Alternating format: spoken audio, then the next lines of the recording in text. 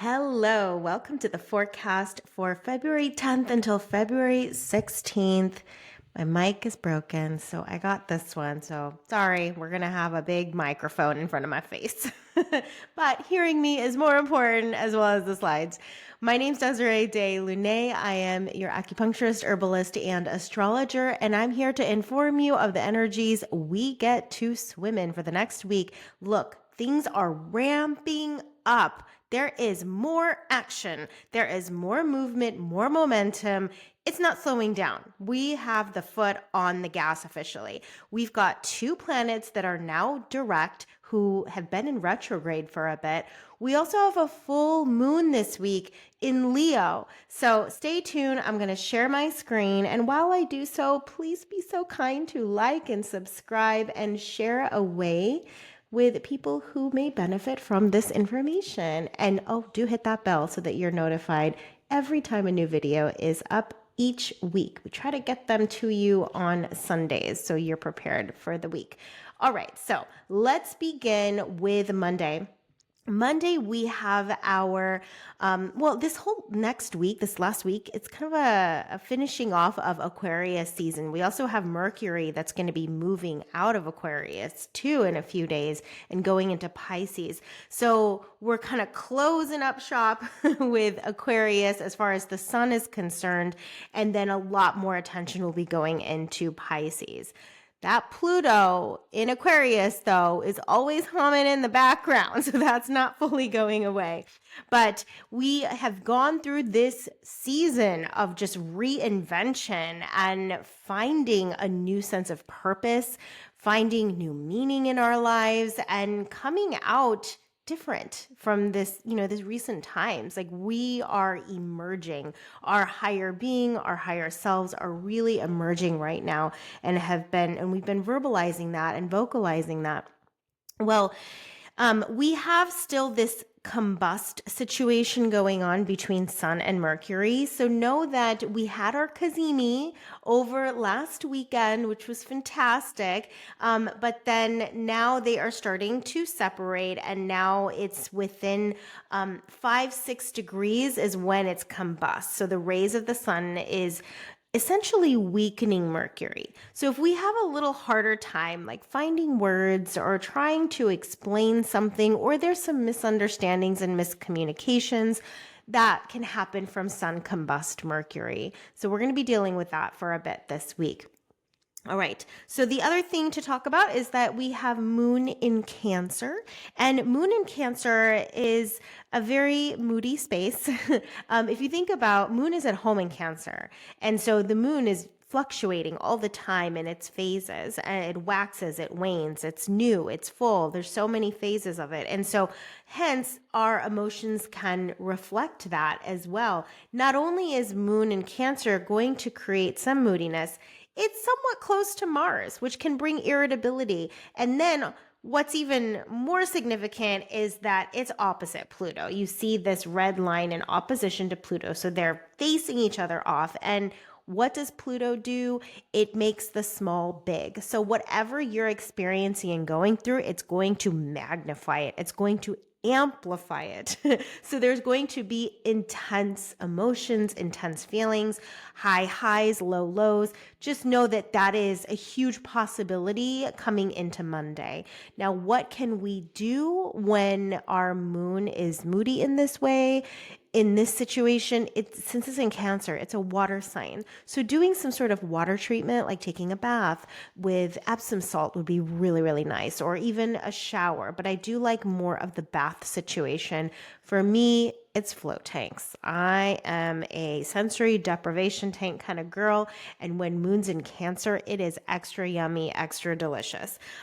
So all things around the home is really helpful too. Domestic things like taking care of your home, cleaning up your home, things of that nature, or finding or creating like a cozy space, or just reading a book in a cozy area in your home. Those are going to be very satisfying for the moon and help soothe our emotions as well as our our physical body as well. Okay, we also have Moon in trine with Venus. That is very nice for connection and relationships. It does bring, I would say, it does bring a soothing feature to the moon, especially since it is in opposition with Pluto right now. So I'm hoping that this Venus trine softens that intensity so it's not incredibly rough. But it does bring about like supportive relationships. I mean, I will say this with Pluto in opposite moon. There's going to be some real talk here. Like, this is not like surface talk. This is not like dancing around the subject matter. And then since Venus is in a good conversation with it, like, we can have some real fruitful, healthy conversations around something if that's necessary, if something needs to be talked about. Because with Pluto brings the hidden, or, you know, the stuff that we kind of like shove underneath the rug, that comes up to the surface. And I feel like with the way Venus is talking to the moon, it's going to make it easier. It's going to make it easier. It's going to make it more fruitful of a conversation rather than just, you know, getting offended or being just defensive for the sake of being defensive. But it will really support support the partner or the friend. So there's going to be a more of a kind and compassionate and supportive type of conversation happening, especially if you're having to discuss some difficult topics. Okay, so we also have Moon in trine with Neptune, and you'll see here's Moon here, Neptune over here. It looks like a trident, and this is going to really enhance our intuition. Look, this is big. The fact that we have North Node in Pisces and Neptune, look, they're only a degree apart. They're right next to each other. And Pisces has to do with our intuition, our imagination. And same thing with Neptune. That's our intuition, our imagination, especially visions and dreams. Anything very visual is going to be very heightened and pronounced at this time. And we are never, ever going to see Neptune and the North Node together like this in Pisces in our lifetime. This is it. Enjoy it. Because how long is a Neptune cycle? It's 165 years. I mean, we'll see, you know, North Node and Neptune in Aries, yeah, but we're never going to see it in Pisces again. Never in Pisces again, because I don't think many of us are going to live another 165 years unless technology and AI and whatever gets super advanced, and we do. I'm going to come back to this episode. That's exciting. But here's the thing. The focus right now for all of us as a collective, all of us humans, is to really connect in and listen in to our feelings, to our extrasensory perceptions, because all of our clairs are going to become heightened. You know, the clairaudience, the claircognizance, clairsentience, clairvoyance, all of our clairs, clairgustance, whatever kind of clair you got, it is being turned up right now with this North Node and Neptune together like this. And so now, you know, the moon is talking. It's in trine with all of it. It's in trine with Neptune. It's in trine with the North Node. So your sensitivity is going to be off the charts right now. So pay attention. Listen, okay? Take notes. You might have some really powerful like visions and ideas and revelations.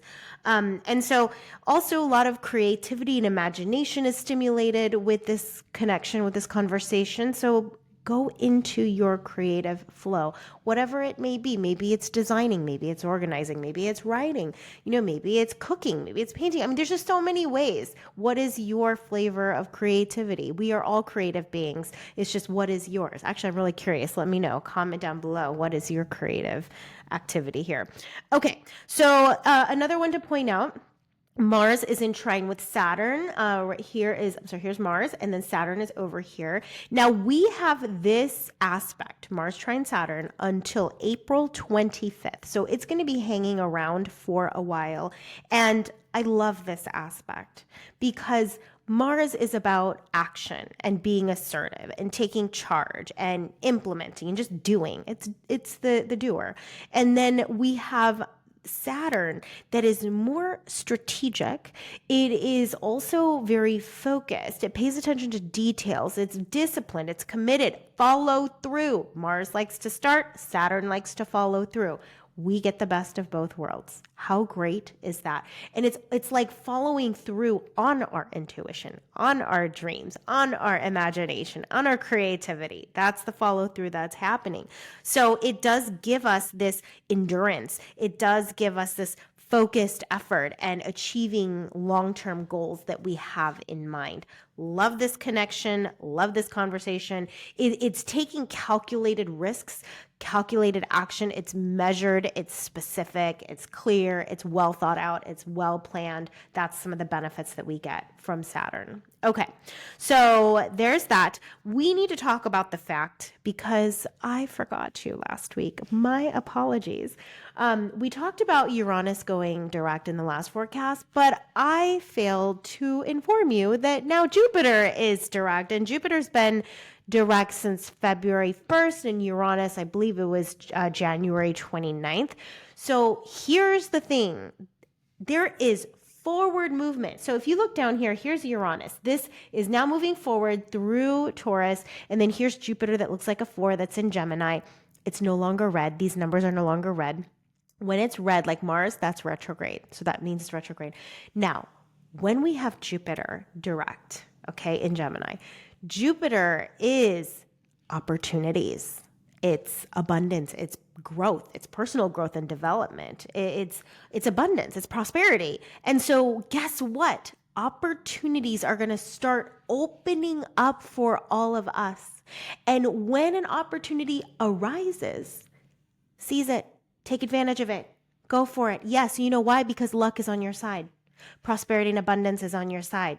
Don't let it pass you by. This is the time. When it's in retrograde, that's when we're, evaluating, assessing, making sure it is, really the right opportunity.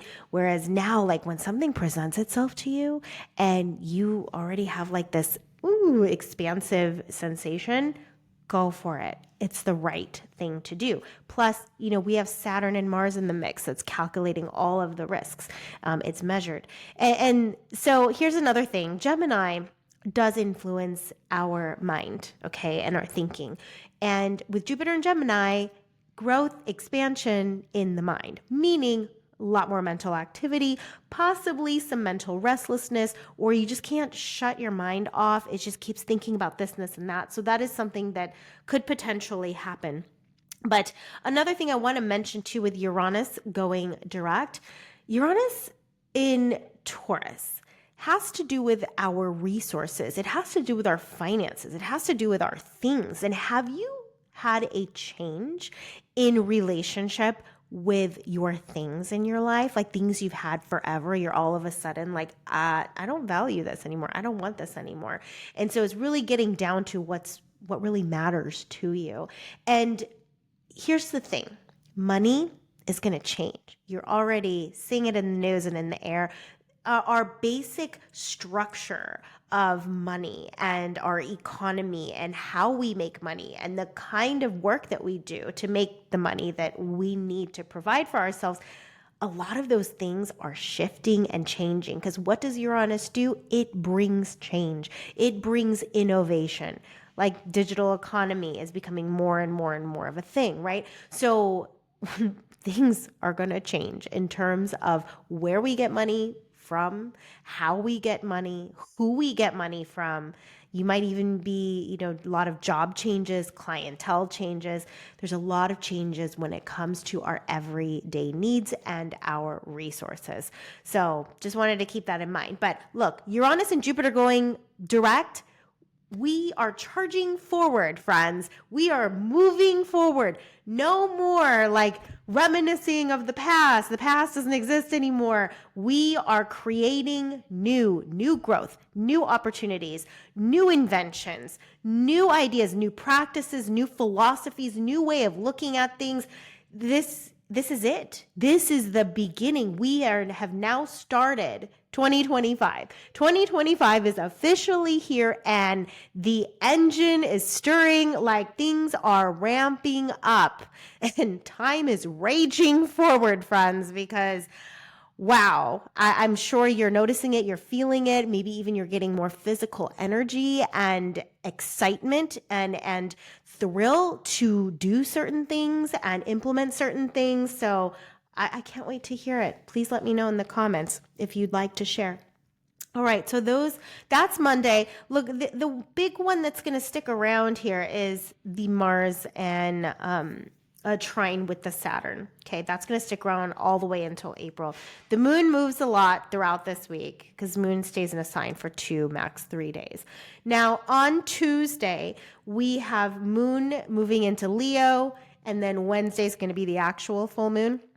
But moon is in Leo, and when we have moon in Leo, it's in a very warm sign. It's a fire sign, so there is vibrance, there is excitement, there is expressiveness. I mean, feelings are forward facing. So I'm a moon in Leo. That's my natural position. And so, for example, you see everything that I feel. It's very obvious. It's right there laid out for you. If I'm upset, if I'm sad, if I'm excited, it's all right there. So your emotions will be kind of like wearing your heart on your sleeve. Your emotions will probably be seen and noticed a little bit more. There is more confidence. There's a lot of creativity here too. Leo's playful. It likes to play. So if you're feeling off for any reason, which you have some reason to, and I'll talk about that in a second, the way to soothe yourself is look at where the moon is placed. And with moon being in Leo, you got to do something fun. You got to do something creative, fun, exciting, adventurous, joyful, pleasant. Like this is the leisure. All right. It's not just moon in Taurus that likes luxury and leisure. Moon in Leo loves luxury and leisure too. Go get a pedicure. Go get a manicure. Do something so extra. You know, that's extra. It's not a necessity, right? So, well, I guess maybe for some people it actually is a necessity.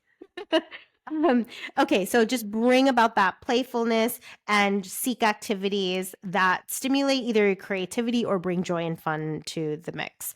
Now, we also have moon trine Jupiter. That's a really nice conversation here. I'm sorry, it's a sextile. It's not trine, it's sextile.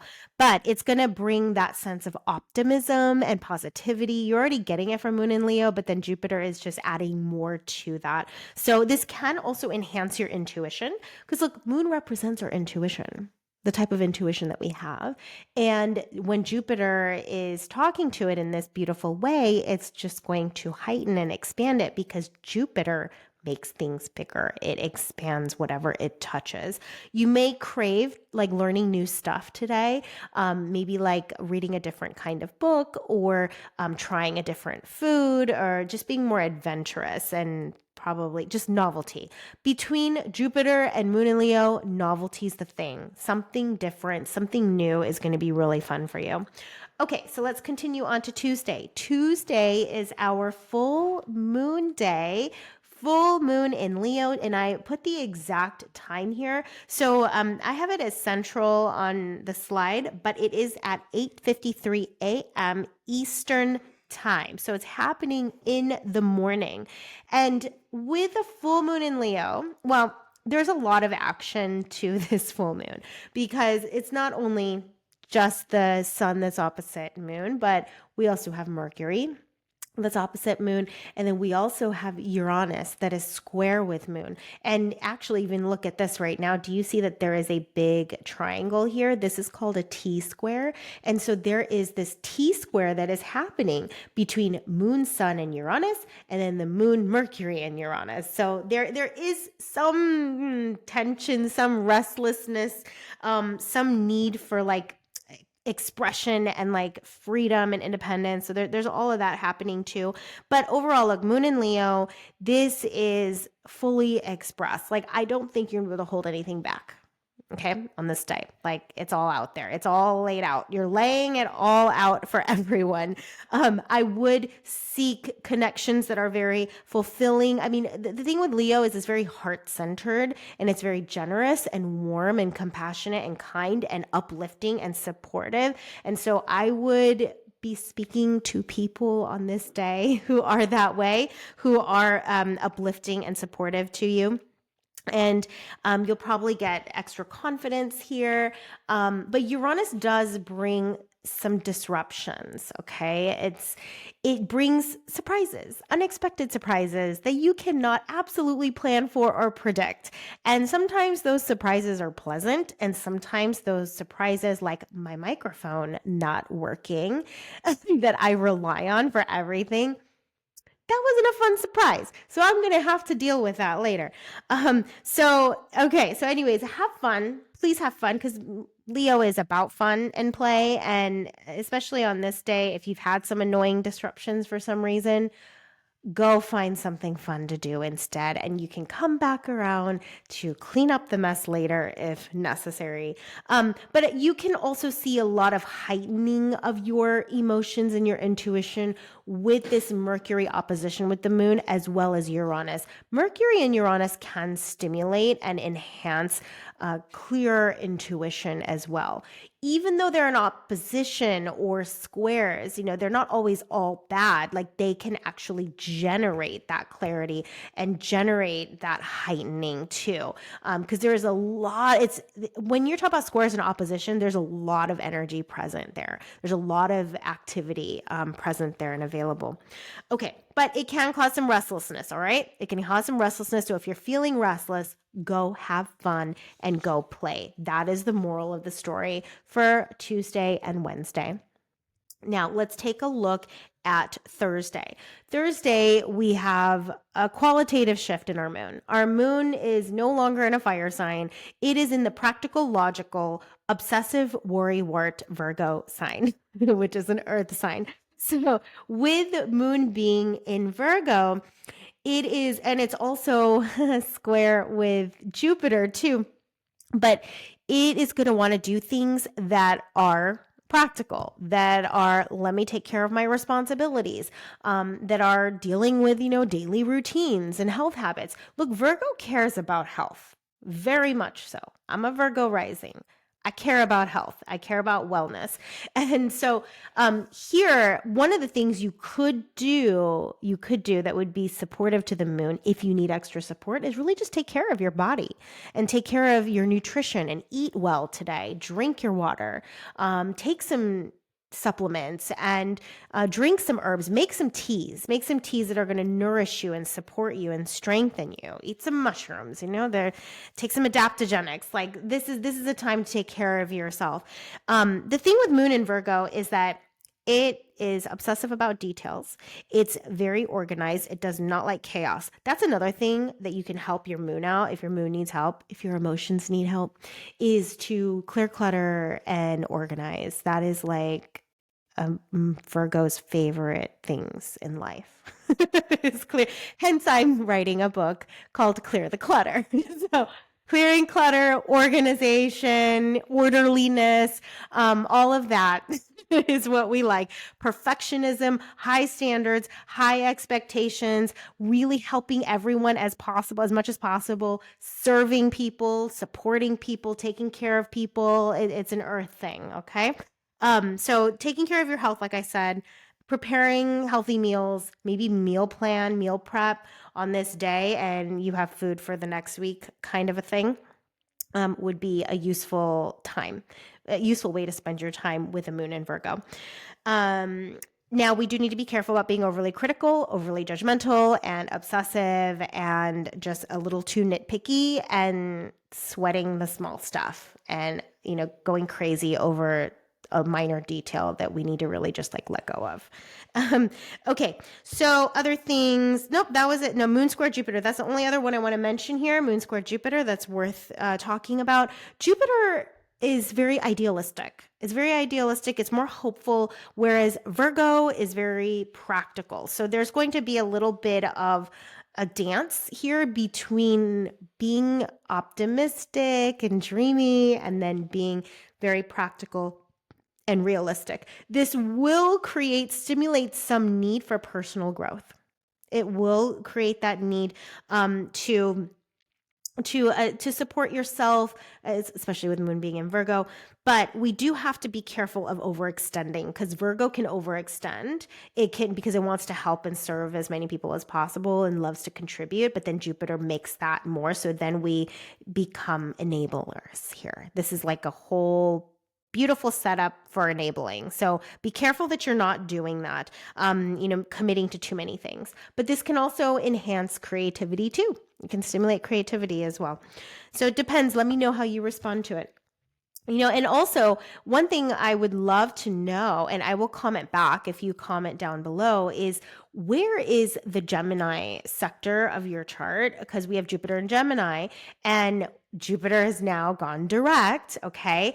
And where is Gemini landing in your natal chart, and what house is it? So like in this example, we see Jupiter in Gemini in the third house, and third house has to do with communication and the way that we interact with our local neighborhood, our city, so this person right here probably will be socializing more and getting out of their house and interacting with the people, with friends or family or whatever, or just doing a lot of errands too locally. That could be enhanced here, or increase in like digital communication, like text messaging and emails and etc. So that, I'm just giving you an example here based upon this chart.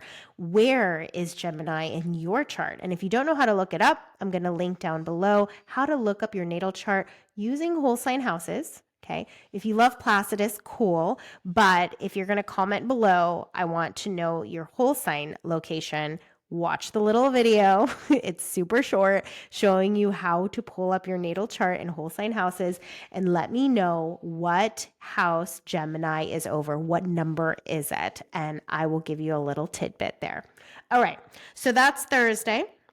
Let's go on to Friday. Friday, we still have our moon in Virgo, but we have it as a sextile to Mars. So moon is sextile Mars. That's really nice. This is going to help us, like our feelings, like what we feel like doing, and our actions are going to feel very aligned and harmonized, because Mars is action, okay? And the moon is our feelings. So pursuing our goals, or pursuing whatever we want to with great enthusiasm and passion and excitement. And this also strengthens intuition too. You were adding fire to the intuitive moon, so it's going to heighten it. And so listen to your gut instincts. I've been saying this for weeks now, especially since the North Node has moved into Pisces. Gut instincts, okay? We need to decide with our feelings first, and the logic and the reason and analysis, that's going to come later. Feelings move forward first, okay? Feel into something. Feel if something thrills you, excites you, opens you up, expands you. That's where we're going with that. Okay, we also have moon opposite Saturn. Now, look, this is going to be a little bit heavy, all right? We also, not only is it opposite Saturn, it's technically also opposite Neptune too. And when we have oppositions can create a little bit of tension. It's a dance. So we're talking about this dance between your intuition and your logic. Okay, so further talking about that. But when we have Saturn in opposition with Moon, this can create this tension between like, oh, I feel like doing this, but there's all these responsibilities that I need to take care of. I'm hoping that this Mars sextile moon helps us to feel even some excitement towards the responsibilities that we do need to do. But here's the thing, it can also create feelings of loneliness and isolation. Sometimes Saturn's very heavy, it's very dense. It's the master of time. So it's very like three-dimensional. It's about this physical reality. So sometimes for those of us who want to, feel it all in all the other dimensions and escape into some fantastical world, Saturn is like a whack, like, hey, we need to get realistic. So, kind of like rain on our parade sometimes, Saturn can be that way when we're in very difficult conversations, and this is an opposition. So, if that does happen to you, and then on top of that, Neptune, okay, adds more confusion and cloudiness and just like, is this mine? Is this not mine? Like our boundaries, our emotional boundaries weaken. So we're way more sensitive.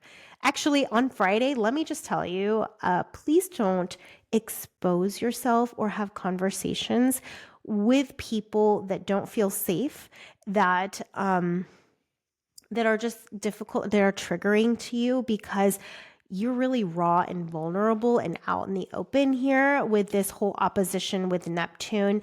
And then Moon Virgo does not like judgment and criticism. It likes to judge and criticize itself, but it doesn't like to receive it. So there's a tenderness here. There's a tenderness, rawness, sensitivity here. So we've got to be careful in, who we are interacting with on this day. Let's make sure that they are kind, respectful, emotionally mature, and intelligent. Those are the people that you want to interact with. Okay. But remember, I said, if you are not feeling well today, okay, you're feeling a little down and out, support the moon in Virgo. And that means taking care of your body, eating healthy, do some cooking like a real whole food, okay? Like not Kraft macaroni and cheese. We're not talking about that. Really nurturing yourself and nourishing yourself here. And use your hands. Do something that's using your hands, because that will soothe the moon as well. Gardening is great. I don't know if weather permits right now, but that's just another option. We also have moon that is trine with Uranus, and I like this because it does bring some sense of emotional independence, and you're probably going to want to do something a little different too, like kind of free yourself. It's funny because moon in Virgo is all about routine, but then you have Uranus talking to it that's trying to break free from routine. So here's the thing. Routine's great. Sometimes we need to change it up. And that's what Uranus will probably bring in here, is you might need to create a different routine or a new routine. Maybe you've been trying something since the beginning of 2025 and it's not working for you. And you're still wanting to have a routine, but it just needs to be something better, needs to be something different. So that's just another way that this can express itself. Okay, very good. So let's see. Oh, here's another big one. You notice Mercury. So if we go back to Thursday, look, Mercury had its last day in Aquarius. Now, Aquarius is very logical, analytical, sometimes a little bit cold, because it's thinking through the feelings more than actually feel the feelings. But Mercury now has transitioned into Pisces, because, we don't have enough Pisces energy. So we have Neptune-North Node, Saturn, and now Mercury in Pisces. This is what we call a stellium, when we have 3 or more planets within a sign. And so now our thinking, the way that we think, the way that we process, the way that we problem solve, the way that we're making decisions, like this is all the mental activity is Mercury, okay? How we learn is Mercury, how you're taking in information, how you're breaking it down. Well, now that Mercury is in Pisces, now it's intuitive thinking. All right. This is going to be enhancing our intuition even more. And look, the thinking is not going to be like logical, practical, analytical, rational. Now it's more like, now it's more fluid. Now it's more imagination. Now it's like, let me speak in poetry. Okay, let me give you more metaphors. It's very romantic. It's very dreamy. It's more abstract in a way. It's not like this concrete data type of conversation. So yeah, there's a lot more fluidity in the way that we think. Ideas don't have to be so rigid and hard and black and white. It's gray. In Pisces, it's gray. It's not black and white. So lots of art, like our mind's going to be wanting to express and communicate, maybe not so much through words, but through art. It's going to really improve our storytelling, for example. Okay. So a lot of sensitivity too. So sensitivity to other people's emotions and their needs. So now, like I said, this level of sensitivity and our clairs being heightened and amplified, like it's being it's being stressed again and again. And I don't mean stress in a bad way. Like it's just being emphasized again, more and more and more. I mean, if you didn't think you were sensitive before, you'll probably notice that you're sensitive lately now. But this can make thinking a bit more like distracted too, and a little bit like escaping reality and into fantasy. So we may struggle with come back here, like need to focus, need to be here versus out there in la la land. There may be an increase in interest towards metaphysical things, towards meditation, spirituality, things of that nature. So if you're like, I think I need to meditate more, and it's just kind of coming out of the blue, it could be because Mercury has entered Pisces. All right, so that's the big change. Mercury is going to be in Pisces for a while. I can't remember exactly, but at least a month, maybe even more. So we're going to be in that for a bit. Now, on Saturday, we have a change of the moon again, and it is going into Libra. And Libra is a very social sign. It needs to connect with people. It needs to have conversations. It needs to have that stimulation. It does not want to hermit at home unless it's creating a piece of art. Maybe because it also loves beauty and art. Virgo, when it was in Virgo, like you may be clearing clutter in your office, but now it's in Libra. Now it's more like the design and the arrangement and the overall feel and look. Like this is the fine tuning here that happens with moon in Libra. So it's very sensitive to aesthetics, and making sure that there's harmony and balance and symmetry is really important. So also, as I mentioned, socialize with safe people, please, because there's still some tenderness here. There's a lot of sensitivity here, but with the right people, I highly recommend doing that. So this is a good time for decorating things. Also like creating new partnerships, maybe in work or business or something like that. Good for public relations. It's good for fun and entertainment and music and the arts and play also. So try to avoid other people's indecisiveness.